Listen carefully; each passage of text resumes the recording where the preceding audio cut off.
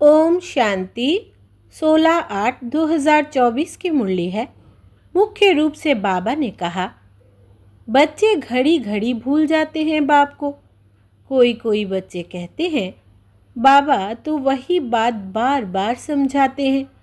बाबा कहते, बच्चे मुझे ज़रूर वही बात सुनानी पड़े, क्योंकि तुम भूल जाते हो।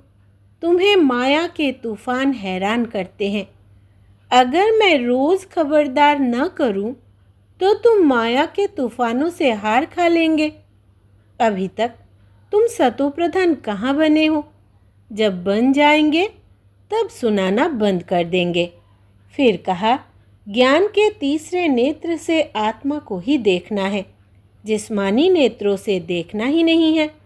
अशरीरी बनने का अभ्यास करना है। बाप की याद से अपने दैवी कैरेक्टर बनाने हैं। अपने दिल से पूछना है कि हम कहाँ तक गुणवान बने हैं। हमने सारे दिन में आसुरी चलन तो नहीं चली। अब सुनते हैं महावाक्यों को विस्तार से। बाबा ने कहा, मीठे बच्चे, मैं विदेही बाप तुम देहधारियों को विदेही बनाने के लिए पढ़ाता हूँ। यह है नई बात जो बच्चे ही समझते हैं। प्रश्न है, बाबा को एक ही बात बार बार समझाने की आवश्यकता क्यों पड़ती है? उत्तर, क्योंकि बच्चे घड़ी घड़ी भूल जाते हैं। कोई कोई बच्चे कहते हैं, बाबा तो वही बात बार बार समझाते हैं। बाबा कहते, बच्चे मुझे ज़रूर वही बात सुनानी पड़े, क्योंकि तुम भूल जाते हो। तुम्हें माया के तूफान हैरान करते हैं। अगर मैं रोज़ खबरदार ना करूं, तो तुम माया के तूफानों से हार खा लेंगे। अभी तक तुम सतोप्रधान कहाँ बने हो? जब बन जाएंगे तब सुनाना बंद कर देंगे। ओम शांति। इसको विचित्र रूहानी पढ़ाई भी कहा जाता है। नई दुनिया सतयुग में भी देहधारी ही एक दो को पढ़ाते हैं। नॉलेज तो सब पढ़ाते हैं, यहाँ भी पढ़ाते हैं। वो सब देहधारी एक दो को पढ़ाते हैं। ऐसे कभी नहीं होगा कि विदेही बाप या रूहानी बाप पढ़ाते हो। शास्त्रों में भी श्री कृष्ण भगवान वाच लिख दिया है, वो भी जिस्मानी हो गया। यह नई बात सुनकर मूंझ जाते हैं। तुम्हारे में भी नंबरवार पुरुषार्थ अनुसार समझते हैं कि रूहानी बाप। यह है नई बात। सिर्फ इस संगम पर ही बाप खुद आकर कहते हैं, इस द्वारा मैं तुमको पढ़ाता हूँ। ज्ञान का सागर, शांति का सागर, सब आत्माओं का बाप भी वही है। यह समझ की बात है ना। देखने में तो कुछ नहीं आता। आत्मा ही है मुख्य, और वो अविनाशी है। शरीर तो विनाशी है। अभी वो अविनाशी आत्मा बैठ पढ़ाती है। भल तुम सामने देखते हो, यह तो साकार में शरीर बैठा है, परंतु यह तुम जानते हो, यह ज्ञान देहधारी नहीं देते हैं। ज्ञान देने वाला विदेही बाप है। कैसे देते हैं वो भी तुम समझते हो। मनुष्य तो बड़ा मुश्किल समझते हैं। कितना तुमको माथा मारना पड़ता है यह निश्चय कराने के लिए। वो तो कह देते, निराकार का कोई नाम रूप देश काल ही नहीं है। वो बाप खुद बैठ पढ़ाते हैं। कहते हैं, मैं सब आत्माओं का बाप हूँ, जिसको तुम देख नहीं सकते हो। समझते हो वो विदेही है। ज्ञान आनंद प्रेम का सागर है। वो कैसे पढ़ाएंगे? बाप खुद समझाते हैं, मैं कैसे आता हूँ, किसका आधार लेता हूँ। मैं कोई गर्भ से जन्म नहीं लेता हूँ। मैं कभी मनुष्य व देवता नहीं बनता हूँ। देवता भी शरीर लेते हैं। मैं तो सदैव अशरीरी ही रहता हूँ। मेरा ही ड्रामा में यह पार्ट है, जो मैं कभी पुनर्जन्म में नहीं आता हूँ। तो यह समझ की बात है ना। देखने में तो आता ही नहीं। वो तो समझते हैं। श्री कृष्ण भगवान उवाच, भक्ति मार्ग में रथ भी कैसे बैठ बनाया है। बाप कहते हैं, बच्चे तुम मूंझते तो नहीं हो। अगर कुछ नहीं समझते हो तो बाप से आकर समझो। यूं तो बगैर पूछे भी बाप सब कुछ समझाते रहते हैं। तुमको कुछ भी पूछने की दरकार नहीं है। मैं इस पुरुषोत्तम संगम युग पर ही अवतार लेता हूँ। मेरा जन्म भी वंडरफुल है। तुम बच्चों को भी वंडर लगता है। कितना बड़े ते बड़ा इम्तिहान पास कराते हैं। बहुत बड़े ते बड़ा विश्व का मालिक बनाने के लिए पढ़ाते हैं। वंडरफुल बात है ना। हे आत्माओं, हर 5000 वर्ष बाद मैं तुम्हारी सर्विस में आता हूँ। आत्माओं को पढ़ाते हैं ना। कल्प कल्प कल्प के संगम युगे तुम्हारी सेवा में आता हूँ। आधा कल्प तुम पुकारते आए हो, हे बाबा, हे पतित पावन आओ। श्री कृष्ण को कोई पतित पावन नहीं कहते हैं। पतित पावन परम पिता परमात्मा को ही कहते हैं। तो बाबा को भी आना पड़ेगा पतितों को पावन बनाने। इसलिए कहा जाता है अकाल मूर्त सत बाबा, अकाल मूर्त सत टीचर, अकाल मूर्त सदगुरु। सिख लोगों के भी बहुत अच्छे स्लोगन हैं, परंतु उन्हों को यह पता नहीं है कि सदगुरु अकाल मूर्त आते कब है। यह भी गायन है। मनुष्य से देवता किए करत न लागी वार। कब आकर मनुष्य को देवता बनाते हैं? वही सर्व की सद्गति करने वाला है। यह तो पक्का निश्चय होना चाहिए। क्या आकर करते हैं? सिर्फ कहते हैं मन मना भव। उसका अर्थ भी समझाते हैं और कोई भी अर्थ नहीं समझाते। तुमको सद्गुरु अकाल मूर्त बैठ समझाते हैं। इस देह द्वारा कि अपने को आत्मा समझो, तो यह समझना चाहिए विश्व का मालिक बनाने के लिए बाप को आना पड़ता है। तुम बच्चों की सेवा में समझाते हैं, हे रूहानी बच्चों, तुम सतो प्रधान थे, फिर तमो प्रधान बने। यह सृष्टि का चक्र फिरता है ना। पावन दुनिया इन देवताओं की ही थी। वो सब कहाँ गए, यह किसको भी पता नहीं। मूंझे हुए हैं। बाप आकर तुमको समझदार बनाते हैं। बच्चे, मैं एक ही बार आता हूँ। पावन दुनिया में मैं आऊँ ही क्यों? वहाँ तो काल आ नहीं सकता। बाप तो कालों का काल है। सतयुग में आने की दरकार ही नहीं। वहाँ काल भी नहीं आता तो महाकाल भी नहीं आता। यह आकर सब आत्माओं को ले जाते हैं। खुशी से चलते हो ना? हाँ बाबा, हम खुशी से चलने के लिए तैयार है। तब तो आपको बुलाया था कि इस पतित दुनिया से पावन दुनिया में ले चलो, वाया शांति धाम। यह बातें घड़ी घड़ी भूल न जाओ।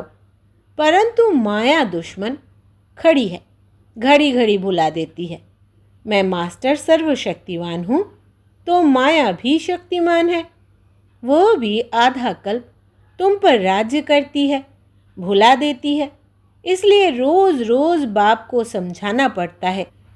रोज सुजाग ना करे तो माया बहुत नुकसान कर दे। खेल है पवित्र और अपवित्र का। अब बाप कहते हैं, अपनी चलन सुधारने के लिए पवित्र बनो। काम विकार के लिए कितने झगड़े होते हैं।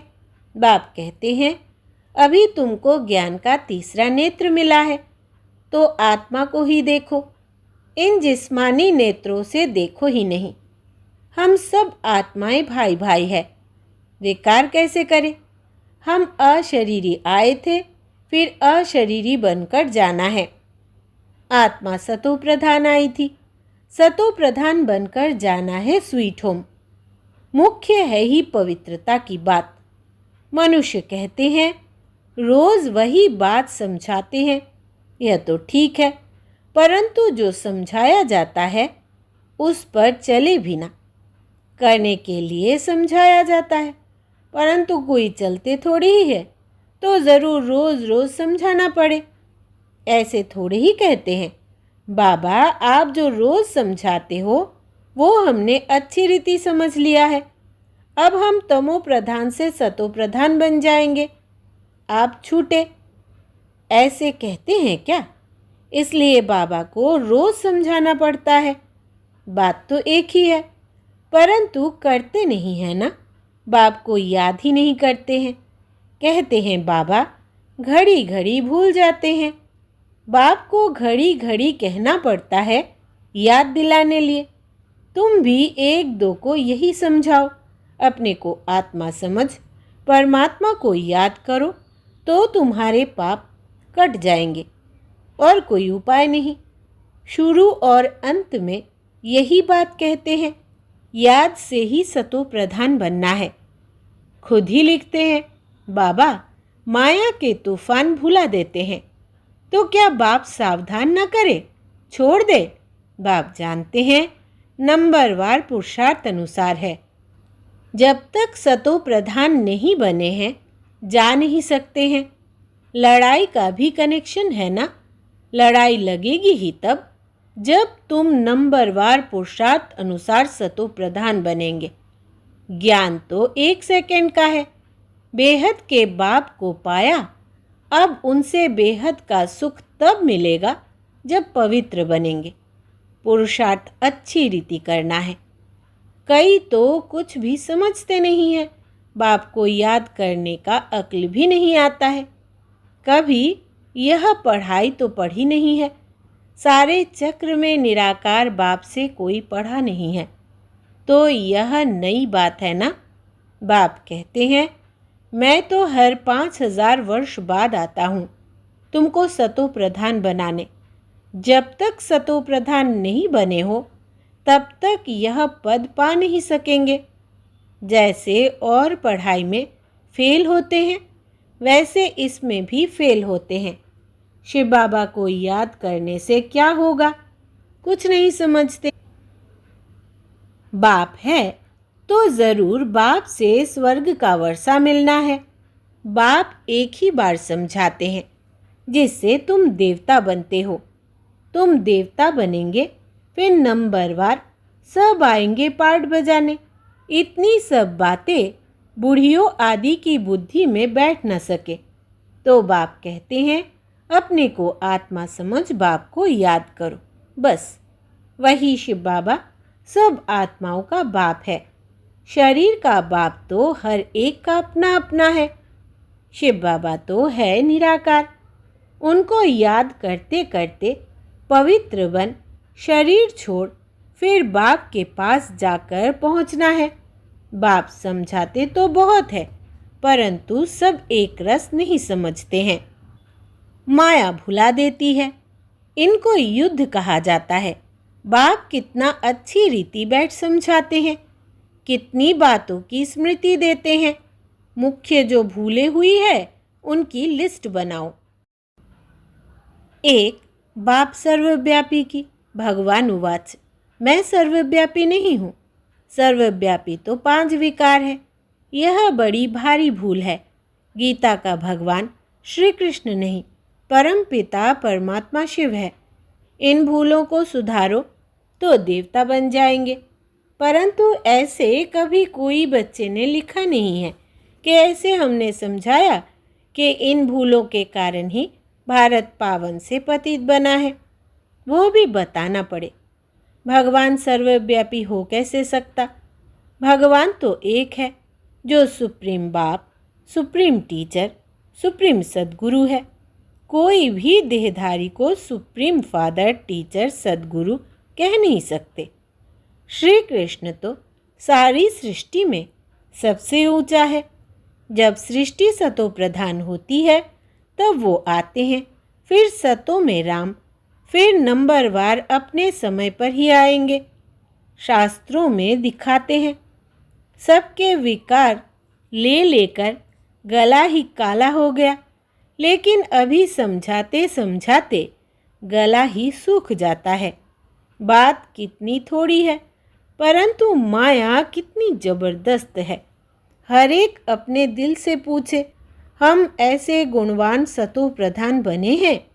बाप समझाते हैं जब तक विनाश नहीं हुआ है तब तक तुम कर्मातीत अवस्था को पा नहीं सकेंगे। भल कितना भी माथा मारो सारा समय शिव बाबा को बैठ याद करो और कोई बात ही नहीं करो। बस बाबा, लड़ाई से पहले मैं कर्मातीत अवस्था को पाकर दिखाऊंगा। ऐसा कोई निकले, ऐसा ड्रामा में हो नहीं सकता। पहले नंबर में तो एक ही जाना है। यह भी कहते हैं हमको कितना माथा मारना पड़ता है। माया तो और ही रुस्तम बनकर आती है। बाबा खुद कहते हैं मेरे तो बाजू में एकदम शिव बाबा बैठा है, तो भी मैं याद नहीं कर सकता हूँ, भूल जाता हूँ। समझता हूँ मेरे साथ बाबा है, फिर मुझे भी तो याद करना पड़ता है जैसे तुम करते हो। ऐसे नहीं मैं तो साथ हूँ, इसमें ही खुश हो जाना है। नहीं, मुझे भी कहते हैं निरंतर याद करो। साथ वाले तुम रुस्तम हो, तुमको तो और ही ज्यास्ती तूफान आएंगे। नहीं तो बच्चों को कैसे समझा सकेंगे? यह सब तूफान तो तुमसे पास होंगे। मैं इनके इतने नज़दीक बैठे हुए भी कर्मातीत अवस्था को पा नहीं सकता हूँ, तो फिर दूसरा कौन बनेगा? यह मंजिल बहुत ऊंची है। ड्रामा अनुसार सब पुरुषार्थ करते रहते हैं। भल कोई ऐसी कोशिश करके दिखाए। बाबा, हम आपसे पहले कर्मातीत अवस्था को पाकर यह बनकर दिखाते हैं। हो नहीं सकता, यह ड्रामा बना बनाया है। तुमको पुरुषार्थ बहुत करना है। मुख्य सारी बात है कैरेक्टर्स की। देवताओं के कैरेक्टर्स और पतित मनुष्यों के कैरेक्टर्स में कितना फर्क है।